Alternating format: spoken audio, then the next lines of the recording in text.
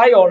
ഒത്തിരി കഥകൾ കേട്ടിട്ടുള്ള നിങ്ങളുടെ മുമ്പിലേക്ക് ഒരുപാട് കഥകൾക്ക് ശേഷം വലിയ ഒരു ട്വിസ്റ്റ് ഉള്ള ഒരു കഥ കൊണ്ടുവന്ന വ്യക്തിയുടെ ഫോട്ടോ ഇപ്പൊ നിങ്ങൾ കാണുന്നത് ഞാനല്ലോ. ഇവിടെ ഇരിക്കുന്ന ഒരു കഥ സൊല്ലട്ടുമാന്ന് പറഞ്ഞിട്ട് ഒരാളെ നിങ്ങൾ കാണുന്നുണ്ടാവും.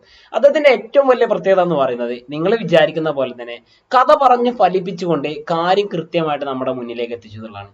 KGF കഥ അറിയാത്തവരായിട്ട് ആരും ഉണ്ടാവില്ല. അപ്പൊ ഈ KGF കുറിച്ച് നമുക്ക് പറഞ്ഞു തന്നിരുന്ന ഒരു പ്രധാനപ്പെട്ട വ്യക്തിയെ കുറിച്ച് ഞാനിവിടെ കാണിച്ചു എന്ന് മാത്രമേ ഉള്ളൂ. ഞാൻ ഇന്ന് പറയാൻ പോകുന്നത് ഇതുപോലൊരു കഥയാണ്. നിങ്ങൾ ഒരുപക്ഷെ പലപ്പോഴും കേട്ടിട്ടുള്ള കഥകളൊക്കെ ഒന്നോ രണ്ടോ നൂറ്റാണ്ടിന്റെ പഴക്കേ ഉണ്ടാവുള്ളൂ. പക്ഷേ ഇത് ഒരുപാട് നൂറ്റാണ്ട് പിന്നിലേക്ക് പോയിട്ടുള്ള കഥയാണ്. ലോകത്ത് ഒരുപാട് രാജ്യങ്ങളൊക്കെ ആയിട്ട് വരുന്നതിന് മുമ്പ് വളരെ വലിയ ഫേമസ് ആയിട്ടുള്ള ഒരു നാടുണ്ടായിരുന്നു. ആ നാടിന്റെ ഏറ്റവും വലിയ പ്രത്യേകത അവിടെ നിന്ന് കിട്ടാത്ത സുഗന്ധ വസ്തുക്കൾ ഒന്നും തന്നെ ഉണ്ടായിരുന്നില്ല. അത്രയും സമ്പന്നമായിട്ടുള്ള, അത്രയും സമൃദ്ധിയായിട്ടുള്ള ഒരു നാടായിരുന്നു ആ നാട്. ആ നാടിനൊരു പ്രത്യേകത ഉണ്ട്. ഏതൊരാൾ വന്നാലും നമ്മൾ ഭയങ്കരമായിട്ട് സൽക്കരിക്കുന്ന കണ്ടിട്ടില്ലേ? അതുപോലെ ആ നാട്ടിൽ ആര് വന്നാലും അവർക്ക് കൈനിറയെ സമ്മാനങ്ങൾ കൊടുത്തു വിടുന്ന ഒരു പതിവ് ആ നാട്ടിലുണ്ടായിരുന്നു. എന്തൊക്കെ തന്നെയായിരുന്നാലും ഇതൊക്കെ കേട്ടറിഞ്ഞുകൊണ്ട് ആ നാട്ടിൽ മാത്രം കിട്ടുന്ന സുഗന്ധ വസ്തുക്കൾ തേടിക്കൊണ്ട് ഒരുപാട് പേര് വരാൻ തുടങ്ങി. അവർ കപ്പലുകൾ ഉപയോഗിച്ചു, മറ്റ് പല വിധേനയും അവർ യാത്ര ചെയ്ത് ആ നാട്ടിലേക്ക് എത്തി. പക്ഷെ നമ്മൾ കാണുന്ന പോലെയൊന്നുമല്ല ആൾക്കാർ എന്ന് പറയുന്ന പോലെ. ഇവരിവിടെ വന്നത് ഈ പറയുന്ന സുഗന്ധ വസ്തുക്കൾ കൊണ്ടുപോവാനും വിൽക്കാനും ഒരുപാട് കാര്യത്തിന് വേണ്ടിയിട്ടാണ്. അങ്ങനെ അവർ വന്നു. ഈ നാട്ടിൽ കിട്ടാവുന്ന എല്ലാ സാധനങ്ങളും അവർ വാങ്ങുകയും അവർ പലയിടങ്ങളിലായി കച്ചവടം നടത്തുകയും പിന്നീട് അവർക്ക് ആർത്തി മൂത്തുകൊണ്ട് അവർ ചെയ്യാണ്. എന്തിനാ നമ്മൾ പുറത്തൊക്കെ പോകുന്നത്? ഇവിടെ തന്നെ സാധനങ്ങൾ ഉണ്ടാക്കി ഇവിടെ തന്നെ ആളുകൾക്കിടയിൽ വിറ്റിട്ട് ആ വരുമാനം മുഴുവൻ നമുക്ക് കൊണ്ടുപോകാമല്ലോ എന്നൊരു ചിന്തയിലേക്ക് അവർ മാറുകയാണ് ചെയ്യുന്നത്. അങ്ങനെ അവർ തീരുമാനിച്ചുറപ്പിച്ചു, എന്ത്, ഇവിടെ നിന്ന് കിട്ടുന്നതിന്റെ പരമാവധി എടുത്തിട്ട് വേണം ഇനി വീട്ടിലേക്ക് മടങ്ങാൻ. അങ്ങനെ വലിയ വലിയ ദുരാഗ്രഹങ്ങളുമായിട്ട് അവർ മുന്നോട്ട് നിൽക്കുന്ന സമയത്ത് അവർ ഈ നാട്ടിൽ നിന്നും കിട്ടാവുന്നതിന്റെ പരമാവധി എന്ത് ചെയ്തു? അവർ കൊള്ളയടിക്കുകയാണ് ചെയ്യുന്നത്. അങ്ങനെ കൊള്ളയടിച്ച് കൊള്ളയടിച്ച് കൊള്ളയടിച്ച് അവർക്ക് ഇവിടെ കിട്ടാവുന്നതിന്റെ പരമാവധി അവരെടുത്തു. അവസാനം കുറച്ച് എല്ലും തോലും മാത്രം ബാക്കിയായിട്ടുള്ള മനുഷ്യർ മാത്രമാണ് ആ നാട്ടിൽ അവസാനിച്ചിരുന്നത്. അങ്ങനെ ഇരിക്കുന്ന ഒരു നാട്, ആ നാട് പിന്നീട് എല്ലാവരും കരുതിയത് ഒരിക്കലും രക്ഷപ്പെടില്ല. അങ്ങനെ നരകിച്ചു കൊണ്ടിരുന്ന ആ നാട് അവസാനം ഒരു തീരുമാനമെടുത്തു. നമ്മളിങ്ങനെ ആളുകളെ സൽക്കരിക്കുന്നതാണ് പ്രശ്നം. അവരെ ഇങ്ങനെ ആതിഥ്യ മര്യാദ കാണിക്കേണ്ടതില്ല.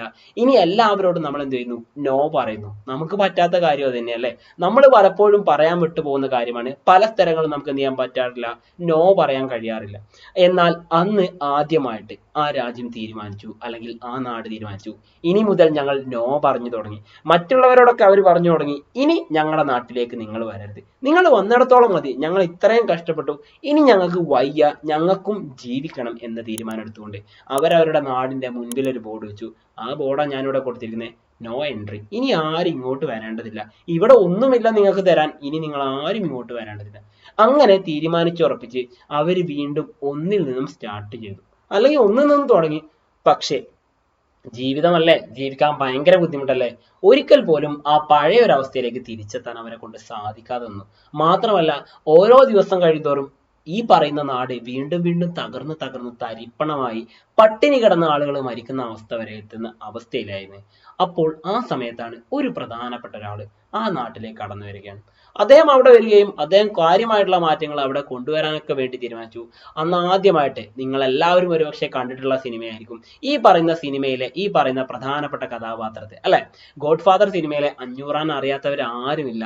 അന്ന് ഗോഡ് ഫാദർ സിനിമയിൽ അത്രയും നേരം വില്ലനായിട്ട് കൊണ്ടിരുന്ന ഈ പറയുന്ന അഞ്ഞൂറാൻ അവതരിപ്പിച്ച ആ കഥാപാത്രം പിന്നീട് ഒരൊറ്റ സീനിൽ ഒരൊറ്റ ഡയലോഗ് കൊണ്ട് എല്ലാവരുടെയും ഹീറോ ആയിട്ട് മാറാം. കേറി വാടാ മക്കളെ, കേറി വാ എന്ന് പറഞ്ഞുകൊണ്ട്, അല്ലെ? അതുവരെ തന്റെ വീട് മറ്റുള്ളവരുടെ മുമ്പിലെല്ലാം അടച്ചിട്ടിരുന്ന, സ്ത്രീകൾക്ക് പ്രത്യേകിച്ച് അടച്ചിട്ടിരുന്ന ആ വീട് പിന്നെ എല്ലാവർക്കും വേണ്ടി ഫാമിലിക്കായിട്ട് തുറന്നു കൊടുക്കുക. അതുപോലെ നോ എൻട്രി ബോർഡ് വെച്ചിരുന്ന ആ രാജ്യം എന്ത് ചെയ്തു? മറ്റുള്ളവരോട് പറഞ്ഞു, ഇനി നിങ്ങൾ പഴയതുപോലെ അവിടെ മടിച്ചു നിൽക്കണ്ട, നിങ്ങൾ ഇങ്ങോട്ട് വാ, ഞങ്ങൾ ഞങ്ങളുടെ കൈവശമുള്ള നിങ്ങൾക്ക് തരാം, നിങ്ങൾ നിങ്ങളുടെ കൈവശമുള്ള ഞങ്ങൾക്ക് തരൂ, നമുക്ക് അങ്ങനെ ഒന്നിച്ച് വളരാമെന്ന് തീരുമാനിച്ചു. അങ്ങനെ ആ നാട് കഷ്ടപ്പെട്ട്, അതായത് ആത്മഹത്യയുടെ വക്കിലെത്തിക്കൊണ്ടിരിക്കുന്ന ഒരുപാട് ജനങ്ങൾ മാത്രമുണ്ടായിരുന്ന നാട്, പട്ടിണി കിടന്ന് ഒരുപാട് പേര് മരണപ്പെട്ടുകൊണ്ടിരുന്ന നാട്, അങ്ങനെ ഉണ്ടായിരുന്ന ആ നാട് പിന്നീട് ഒരുപാട് ത്യാഗങ്ങളൊക്കെ സഹിച്ചിരുന്ന ആ നാട് വളർന്ന് വളർന്ന് വലിയ പന്തലിച്ച് ലോകത്തിലെ തന്നെ ഏറ്റവും മികച്ച രാജ്യങ്ങളുടെ പട്ടികയിൽ ആദ്യത്തെ 5 സ്ഥാനങ്ങളിൽ ഒരു സ്ഥാനം നേടുന്ന നിലയിലേക്ക് ആ രാജ്യം മാറിയെങ്കിൽ ആ രാജ്യത്തിന്റെ പേര് വേറൊന്നുമല്ല, ആ രാജ്യത്തിന്റെ പേരാണ് ഇന്ത്യ എന്ന് പറയുന്നത്. നിങ്ങൾ എല്ലാവരും കേട്ടിട്ടുണ്ടാവും ഹബീബി കം ടു ദുബായ് അല്ലെ. എന്നാൽ അങ്ങനെയല്ല, ഹബീബി കം ടു ഇന്ത്യ എന്ന് പറഞ്ഞുകൊണ്ട് 1991 ഇന്ത്യയുടെ ചരിത്രത്തിൽ തന്നെ വലിയൊരു മാറ്റമായിരുന്നു LPG അഥവാ ഉദാരവൽക്കരണ, സ്വകാര്യവൽക്കരണ, ആഗോളവൽക്കരണ നയങ്ങൾ എന്ന് പറയുന്നത്. നമ്മുടെ രാജ്യം ഇന്ന് കാണുന്ന സാമ്പത്തിക വളർച്ചയുടെ ഏറ്റവും പ്രധാനപ്പെട്ട അടിത്തറ എന്ന് പറയുന്നത് ഈ പറയുന്ന LPG പ്രോഗ്രാം വഴിയായിരുന്നു. അതിന് കാരണമായിരുന്ന ഒരേ ഒരു മനുഷ്യൻ എന്ന് പറയുന്നത്, അല്ലെങ്കിൽ അതിന് പിന്നിൽ പ്രവർത്തിച്ച വലിയ മനുഷ്യൻ എന്ന് പറയുന്നത് ഈ പറയുന്ന ഒരൊറ്റ കാര്യം കൂടി നമ്മളോട് പറഞ്ഞിട്ടുണ്ട്. വേറെ ഒന്നുമല്ല, നിങ്ങൾക്ക് ഇംഗ്ലീഷിലും വായിക്കാം, മലയാളത്തിലും വായിക്കാം. അദ്ദേഹം പറഞ്ഞതിന്റെ പൊരുൾ ഇത്രയേ ഉള്ളൂ. ലോകം മുഴുവൻ ഇനി തിരിച്ചറിയാൻ പോകുന്ന കാര്യം ഇതാണ്: ഈ പറയുന്ന രാജ്യം അഥവാ ഇന്ത്യ എന്ന് പറയുന്ന രാജ്യം അതിന്റെ പൂർണ്ണമായിട്ടും ഉറക്കത്തിൽ നിന്നും ഉണർന്നിരിക്കുന്നു എന്നാണ് പറഞ്ഞത്. അതായത് ഉറങ്ങിക്കൊണ്ടിരിക്കുന്ന ഒരു ഭീമനായിരുന്ന ആ രാജ്യം ഇനി മുതൽ എന്താണ്, ഉറക്കത്തിൽ നിന്നും ഉണർന്നെണീറ്റിട്ടുണ്ട്. ഇനി ഞങ്ങൾ വളരാൻ പോവുകയാണെന്ന് പറഞ്ഞു.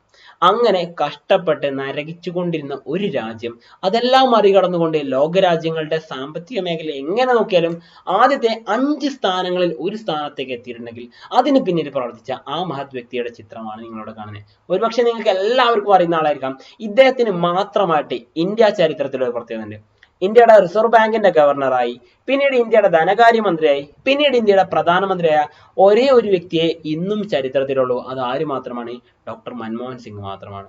ഈ പറയുന്ന 2024 ഡിസംബർ 26 ലോകത്തോട് വിട പറഞ്ഞ അദ്ദേഹം കേവലം ഒരു പ്രധാനമന്ത്രിയോ, കേവലം ഒരു ധനകാര്യമന്ത്രിയോ, കേവലം ഒരു യഥാർത്ഥത്തിലുള്ള വെറും ഒരു റിസർവ് ബാങ്ക് ഗവർണറോ ആയിരുന്നില്ല. നമ്മുടെ നാടിനെ തന്നെ ഒരു വലിയ സാമ്പത്തിക പ്രതിസന്ധിയിൽ നിന്നും രക്ഷപ്പെടുത്തിയ ഒരു മഹത് വ്യക്തിയായിരുന്നു ഈ പറയുന്ന അദ്ദേഹം. അപ്പൊ നമ്മൾ ഇതുവരെ പറഞ്ഞ ഈ കഥയുടെ ഏറ്റവും വലിയ പ്രത്യേകത എന്ന് പറയുന്നത് ഇവര് രണ്ടുപേരും, ഈ രണ്ടാമത്തെ ആളെ ഒരുപക്ഷെ നിങ്ങൾ അറിഞ്ഞുകൊള്ളുന്നില്ല, അല്ലെങ്കിൽ നിങ്ങൾ പലപ്പോഴും കേട്ടിട്ട് പോലും മറന്നുപോയ ആളായിരിക്കാം PV നരസിംഹറാവു എന്ന് പറയുന്ന ഇന്ത്യയുടെ പ്രധാനമന്ത്രി. അങ്ങനെ ഇവർ രണ്ടുപേരും കൊണ്ടുവന്നിരുന്ന ഒരു സംഭവത്തിന്റെ പേരാണ് ന്യൂ ഇക്കണോമിക് പോളിസി അഥവാ പുത്തൻ സാമ്പത്തിക നയം. അങ്ങനെ ഇപ്പൊ നമ്മൾ ഇത്രയും നേരം കേട്ട കഥയിൽ നമ്മൾ പഠിച്ചത് ഇന്ത്യൻ എക്കോണമിയിലെ ആദ്യത്തെ 3 ചാപ്റ്ററാണ്. നിങ്ങൾ പഠിച്ചിട്ടുള്ള ഇന്ത്യൻ എക്കോണമിക്ക്, ഇന്ത്യക്ക് സ്വാതന്ത്ര്യം കിട്ടുന്ന സമയത്ത് ഇന്ത്യയും അതിന് മുൻപുണ്ടായിരുന്ന ഇന്ത്യയും അതോടൊപ്പം സ്വാതന്ത്ര്യം കിട്ടിയ ശേഷമുള്ള 90 വരെയുള്ള ഇന്ത്യയും ആ 91 കാലഘട്ടം മുതലുള്ള ഇന്ത്യയുടെയും ചരിത്രമാണ് ഇപ്പോൾ നിങ്ങൾ കേട്ട ഈ കഥയിലുള്ളത്. ഇങ്ങനെയാണ് നമ്മൾ ഹിസ്റ്ററിയിൽ ചേർത്തുകൊണ്ടുള്ളത്, അഥവാ എക്കണോമിക് ഹിസ്റ്ററി പഠിക്കേണ്ടത് ഇങ്ങനെയാണ്. ഇങ്ങനെ ഒന്ന് ഇനി മുതൽ പഠിച്ചു നോക്കിയേ നല്ല പോലെ മാർക്ക് നിങ്ങൾക്ക് നല്ല പോലെ സ്കോർ ചെയ്യാൻ പറ്റും. കാരണം നമ്മൾ കേട്ട കഥകളൊന്നും നമ്മൾ മറന്നു പോകാറില്ല. അത്രയേറെ കഥകളെ ഇഷ്ടപ്പെടുന്ന ഒരുപാട് പേരാണ് നമ്മൾ എന്ന് പറയുന്നത്. അപ്പൊ ആ കഥകളിലൂടെ തന്നെ ആവട്ടെ നമ്മുടെ പഠനവും മുന്നോട്ട് കൊണ്ടുവന്ന് വീണ്ടും പുതിയൊരു വീഡിയോ ആയിട്ട് കാണാം. ബൈ.